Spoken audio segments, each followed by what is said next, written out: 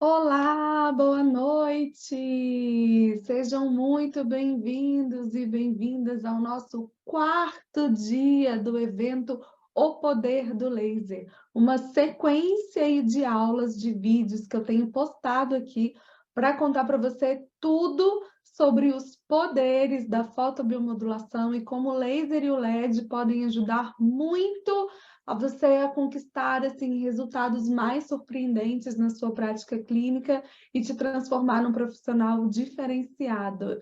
Meu nome é Vanessa Molfron, eu sou fonoaudióloga, consultora internacional de lactação e há mais de 10 anos eu trabalho usando a fotobiomodulação no meu trabalho, nos meus pacientes, na minha prática clínica e capacitando profissionais para obter resultados tão surpreendentes quanto os que eu obtenho. Nessa sequência, a gente já falou por aqui sobre o poder do reparo tecidual, o poder da analgesia, o poder da modulação da inflamação, e hoje a gente encerra a nossa sequência de vídeos conversando sobre o poder do desempenho muscular. Lembrando que no próximo dia 9 de maio, a gente tem uma super aula ao vivo, onde eu vou contar para você que é fonoaudiólogo e está aqui me assistindo, tudo sobre como esse recurso pode melhorar a nossa prática fonoaudiológica. Independente de ser fono ou não, de ser da área da amamentação e de qualquer outra área da saúde, eu te convido a ficar comigo hoje e entender, gente, compreender um poder assim que tem revolucionado atendimento, principalmente dos profissionais na área de reabilitação e que trabalham de alguma forma com a reabilitação e desempenho muscular. Vamos lá para o nosso quarto poder, o poder do desempenho muscular. Bom, vocês já sabem, mas não custa lembrar, eu gosto de saber quem foi que passou por aqui, o que te motivou a vir dar um play nesse vídeo. Então me conta de onde você é, o que você faz, deixa aqui para mim a sua curtida e se inscreva no canal para você receber sempre as notificações, sempre que eu postar alguma novidade, alguma coisa interessante por aqui, tá bom? Hoje eu conversei com vocês e falei que nós vamos conversar, vamos abordar aí o efeito do poder do laser no desempenho muscular. E eu confesso que esse foi um dos poderes assim que eu custei a me entregar e custei assim, a confiar, vamos dizer assim. Porque é um estudo recente e muito do que a gente tem na literatura até hoje é relacionado à dor muscular, ou a maior parte, né? Principalmente nas áreas que eu atuo, que estão muito correlacionadas aí à motricidade orofacial, ao universo da fonoaudiologia, da odontologia, da fisioterapia. Então, quando eu comecei a ver o laser sobre desempenho, eu ficava assim, mas será que isso realmente vai modificar a minha prática? Será que isso realmente vai acelerar meus resultados? E eu confesso que foi uma grata surpresa quando eu me rendi e comecei a utilizar esse recurso. Só para vocês terem uma ideia, o investimento em pesquisa acerca do laser no desempenho muscular, né? E quando eu falo do laser, eu já expliquei para vocês que a gente pode entender como laser, LED, como a fotobiomodulação como um todo. O investimento disso em pesquisa tem sido tanto que empresas estrangeiras, né, e até algumas empresas nacionais também, têm investido muito dinheiro em construir equipamentos que possam ser comercializados aí, sobretudo com foco no público de atletas, de profissionais de alta performance. Dá só uma olhada nessa máquina aí, a empresa chama Tori, eu não tenho nenhum conflito de interesse, mas olha que genial a máquina que eles criaram para fazer uma fotobiomodulação de corpo inteiro. Olha só, foi um trabalho, né, desenvolvido aí pensando em atletas. Não sei se vocês repararam, tem uma pessoa deitada ali dentro, e essa a ideia, né, é de tanto ajudar na fotobiomodulação sistêmica, como de atuar, por exemplo, na recuperação muscular após uma atividade extenuante, né, uma partida de futebol, por exemplo, e também atuar no preparo desse atleta para entrar no seu esporte, né, ou em campo, em quadra, enfim.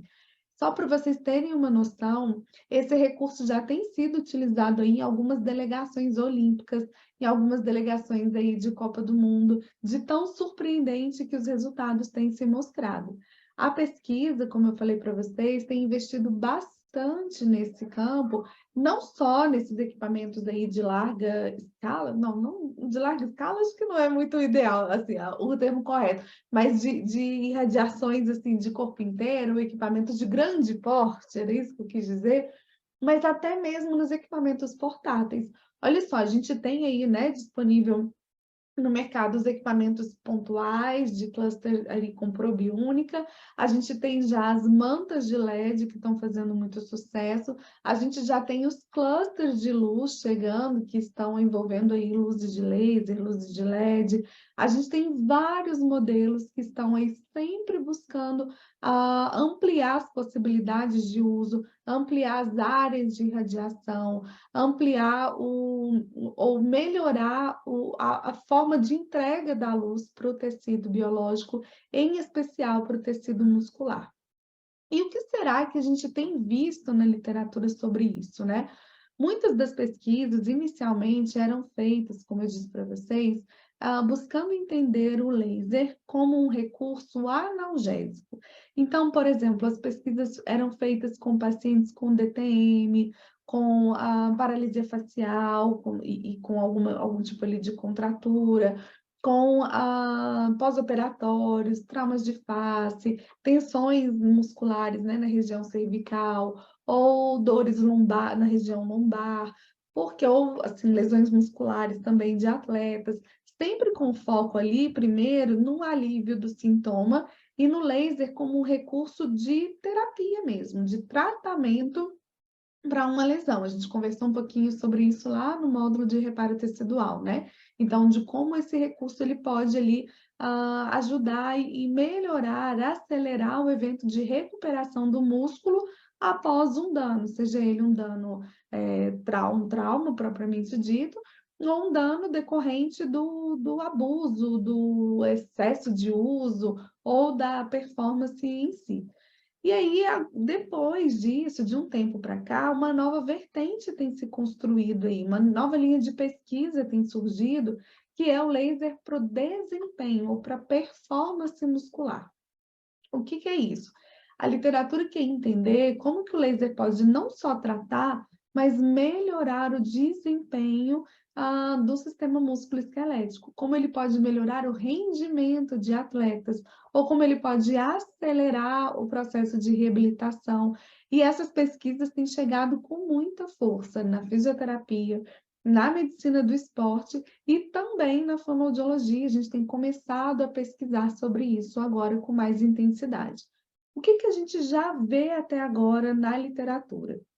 A gente já tem pesquisas que mostram que quando a gente faz a irradiação do músculo, pensando no desempenho, a gente consegue aumentar, por exemplo, o pico de torque, que é a contração máxima ali do músculo. A gente pode melhorar até mesmo a capacidade cardiorrespiratória. Então, por exemplo, tem um estudo que foi feito irradiando a perna, os membros inferiores, né, de pacientes que tinham tido infarto e colocaram eles para fazer atividades nas esteiras, né, atividades de caminhada. E mediram ali saturação, oxigenação, um teste mesmo cardiorrespiratório. E eles viram que as pessoas que foram irradiadas nos membros inferiores, elas tiveram um desempenho cardiorrespiratório melhor do que aquelas que não tinham sido irradiadas. A gente consegue observar aí aumento da carga do exercício ou aumento do número de repetições. Que é isso, Vanessa? Um grupo que foi irradiado consegue levantar mais peso ou consegue levantar o mesmo peso por mais vezes do que o grupo que não foi irradiado. A gente tem aí trabalhos com atletas de vôlei, por exemplo, que mediu a distância do salto deles pré e pós-fotobiomodulação. A gente tem estudos que foram feitos com idosas, estudos que foram feitos com atletas, com pessoas sedentárias. A gente tem literatura mostrando respostas muito interessantes aí, principalmente relacionadas a essa questão ali da fadiga muscular e da prevenção do dano tecidual. O que que é isso? Que eles estão vendo que quem utiliza o laser, ele pode ou demorar mais para entrar em fadiga, por isso consegue fazer mais repetições, por exemplo, ou proteger o músculo de um dano muscular. Quando a gente já sabe que vai haver uma atividade extenuante, a aplicação do laser, ela minimiza os danos musculares. Então, eles fazem pesquisas, por exemplo, que mensuram os níveis de creatina quinase ou de ácido lático após um exercício, ali nas primeiras 24 horas, nas 48, 72 horas, e vão comparando os índices desses marcadores entre o grupo que foi irradiado e o grupo que não foi irradiado. Eles observam que o grupo que foi irradiado se recupera mais rápido e teve um índice de marcador ali para dano muscular menor do que o grupo que não foi irradiado.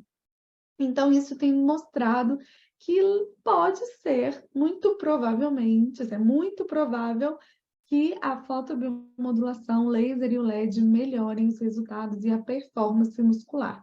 E é bem interessante porque na clínica diária, assim, no dia a dia, a gente também consegue perceber isso. A gente vê relatos ali muito consistentes dos pacientes referindo, por exemplo, uma melhor execução do exercício após a irradiação, ou que a atividade fica mais leve, ou conseguindo, de fato, sustentar essa atividade por mais tempo, ou conseguindo retornar mais rápido para a sua atividade profissional. E isso tem sido muito interessante. Uma outra vertente que a gente pode pensar do desempenho é o relaxamento muscular. Numa óptica assim, um pouco diferente, né? Porque o relaxamento é a retirada daquela tensão, e o desempenho é uma melhora da performance propriamente dito. Mas a gente vai entender por que as duas coisas parecem diferentes, mas na verdade elas são bem semelhantes. Antes da gente seguir, é importante eu contar para vocês, ou para alguns a gente relembrar, o mecanismo de ação da luz no nosso organismo. Vocês já viram aqui, né, ao longo dessas aulas, um pouco sobre o poder do reparo tecidual, o poder da analgesia, o poder que o laser tem de modular processos inflamatórios. E isso tudo acontece porque ele tem um poder muito especial, que é de agir lá na mitocôndria das nossas células, aumentando a produção de ATP. Eu não vou entrar nos mínimos detalhes disso agora, né? Isso a gente deixa lá para os cursos de capacitação, mas é muito importante você entender que tudo que está por trás desses efeitos terapêuticos tem uma relação muito forte com o processo de respiração celular, que é a forma como a célula obtém energia para desempenhar suas funções. Então, quando a gente tem uma função ali celular a ser executada, a gente tem várias fontes de energia para que essas células recrutem ali matéria-prima, vamos dizer assim, para produzir ATP, que é a energia que a célula vai utilizar para essa função, para sua função propriamente dita. Esse processo de obtenção de ATP é chamado de respiração celular. E o que a gente já sabe é que o laser vermelho e o infravermelho, eles são absorvidos por uma enzima, por uma estrutura que tem dentro da mitocôndria, e que, ao ser absorvido, essa estrutura consegue transformar os fótons, transformar a energia luminosa em energia química, que acelera a respiração celular e acelera a produção de ATP. Então, a boa base que a gente tem ali para entender os mecanismos da fotobiomodulação no organismo é entender que ele aumenta a energia intracelular. Ele tem quase como se fosse um papel assim de modulação ou de nutrição celular, sabe? Como se eu jogasse para minha célula e falasse assim, olha, está aqui um tanto de energia. Usa ela como você bem entender. Usa essa energia para o que você já está acostumado a fazer. É basicamente esse o raciocínio e o princípio que a gente tem quando pensa na fotobiomodulação. E aí, quando a gente entende isso, e a gente vai buscar ali, né, entender como é o funcionamento muscular, muita coisa se encaixa. Eu coloquei aqui para vocês relembrarem comigo como é a estrutura da musculatura esquelética. Então, a gente tem aí, olha, a fibra muscular, que possui milhares de miofibrilas, que são constituídas por filamentos de miosina e actina que ficam sobrepostos ali e são responsáveis pela contração muscular. Se a gente der um zoom nesse sarcômero, né, que é essa unidade contrátil, a gente vai ver que os filamentos de actina e miosina, eles ficam, então, sobrepostos e intercalados. Para quem é da área da saúde, para quem é principalmente aí, né, das áreas que trabalha com a reabilitação muscular, já deve ter em mente, ou tem mais claro aí o conceito da contração muscular como um encurtamento dessas fibras, como se fosse uma, como eu posso dizer ali, eita, me fugiu a palavra ali, uma engrenagem mesmo que vai gerando ali um processo de contração, onde ocorre contração, relaxamento, seguido de uma nova contração e um relaxamento e assim por diante. O que vocês precisam lembrar disso é que para ocorrer a contração muscular, eu preciso que a actina e a miosina se encaixem ali, né? Porque quando elas se ligam, uma puxa a outra e a contração muscular acontece. E aí a gente vai entender como que essa contração muscular ocorre para entender por que que o ATP influencia nisso daí. Sempre que a gente tem ali a intenção de iniciar um movimento muscular, a gente tem uma descarga elétrica, a gente tem ali um potencial de ação que inicia esse movimento e que vai jogar no nosso retículo sarcoplasmático algumas moléculas de cálcio. Por quê? Opa, se vocês observarem aqui antes da gente passar adiante, aqui, olha, tem o filamento de actina, só um minuto, vou colocar meu apontador laser. Então, olha só, aqui a gente tem o filamento de actina, acompanhem aí minha luzinha, e aqui embaixo o filamento da miosina. Eu falei para vocês que eu preciso que essa miosina se ligue na actina para que a contração muscular aconteça. No entanto, a gente tem, olha, uns fiozinhos aqui, tá vendo? Que é a tropomiosina, que impede essa ligação, senão a gente viveria contraído o tempo inteiro. Então, numa posição de repouso, esses filamentos aqui, né, de miosina e actina, eles não estão ligados, eles não estão conectados. E aí, quando vem esse estímulo lá no estímulo de contração muscular, eu tenho lá um potencial de ação na minha placa motora, que vai ocasionar uma despolarização dos túbulos T e liberar cálcio no meu retículo sarcoplasmático. Qual é o grande X da questão aqui? O cálcio, ele se liga na actina, lá, na verdade, lá na troponina, e ele faz a actina girar. Quando ele faz esse movimento da actina girar, ele permite que os filamentos ali da miosina se conectem a ela. Então, ele libera os sítios de ligação da actina e da miosina. Então, lembrem disso, eu preciso de ATP para o cálcio sair do retículo sarcoplasmático, se ligar na troponina, girar a actina e fazer o acoplamento com a miosina. Só que isso, gente, assim, em milésimos de segundos acontece várias vezes, né? Então, o ATP, ele é muito importante para que a gente tenha a contração da musculatura. Porém, a gente não pode esquecer, olha, que a tropomiosina, que esses filamentos de actina e miosina, se eles continuarem ligados, eu vou ter um excesso de tensão na musculatura. Por quê? Porque eu preciso que ela se desfaça, que essa contração se desfaça, para que eu faça uma nova contração. Então, quando a gente pensa nesse movimento, a gente vai entender que para eu desfazer essa contração, para eu desacoplar a actina da miosina, eu preciso de ATP.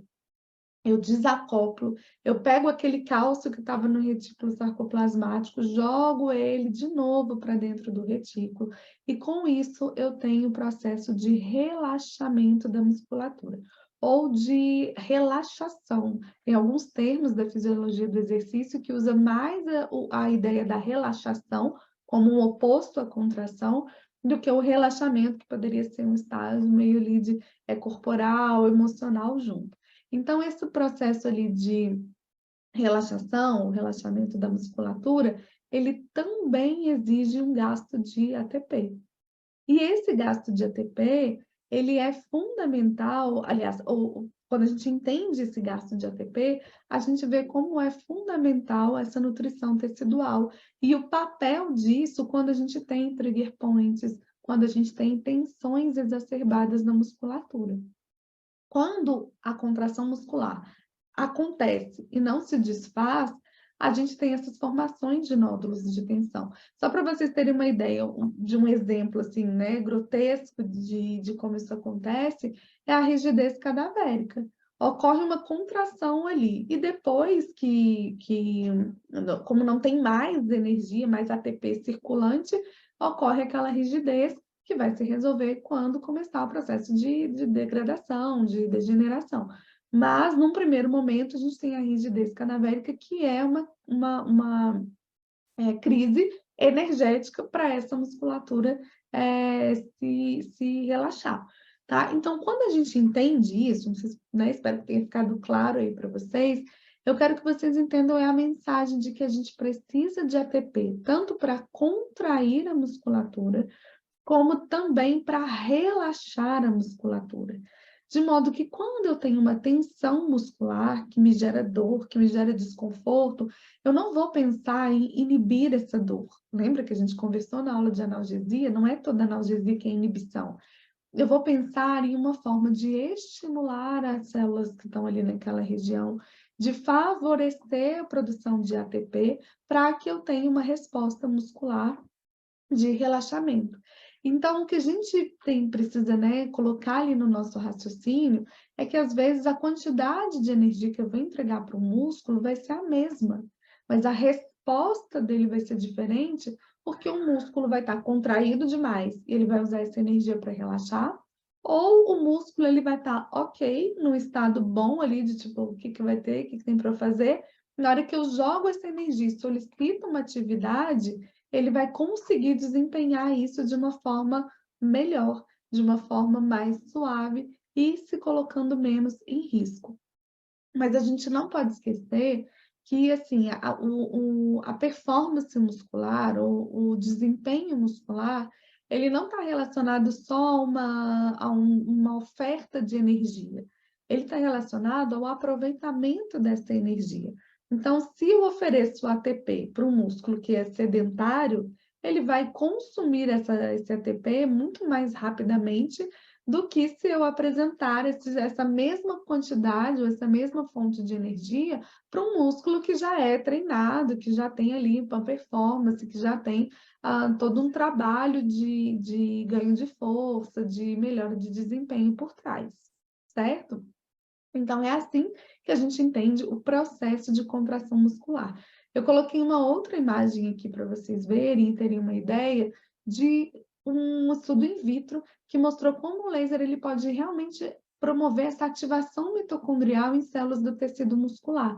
Então, aqui a gente tem na primeira imagem o grupo controle, a célula no início do estudo, depois de 5 minutos de radiação com LED, depois de 3 minutos de radiação com LED, olha só, aqui depois de 6 horas e depois de 24 horas, mostrando inclusive que um maior efeito da fotobiomodulação no tecido muscular não é um efeito imediato. Na clínica, muitas vezes a gente faz isso, né? A gente aproveita essa energia, esse estímulo que foi dado ali de forma mais imediata. A gente oferece o recurso e depois solicita um exercício, por exemplo. Mas as pesquisas já têm mostrado, pelo menos dessa daí in vitro, de que o aproveitamento dessa energia pode até acontecer depois de um tempo maior de intervalo em relação ao tempo da irradiação. Então, a gente já tem as pesquisas mostrando que, de fato, essa ativação mitocondrial acontece, tá? E aí, com esse efeito aí de superpoder do laser no desempenho muscular, a gente tem melhorado bastante, acelerado aí eventos terapêuticos em diversas áreas da reabilitação, principalmente fisioterapia, fonoaudiologia e odontologia.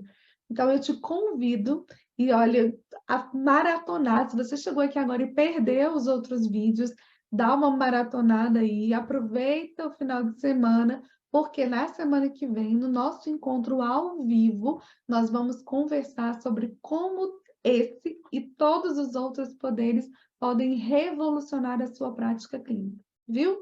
Eu espero vocês lá no nosso encontro e eu quero que vocês deixem aqui para mim qual foi a maior sacada que vocês tiveram nessa aula, certo? Um beijo e até a próxima!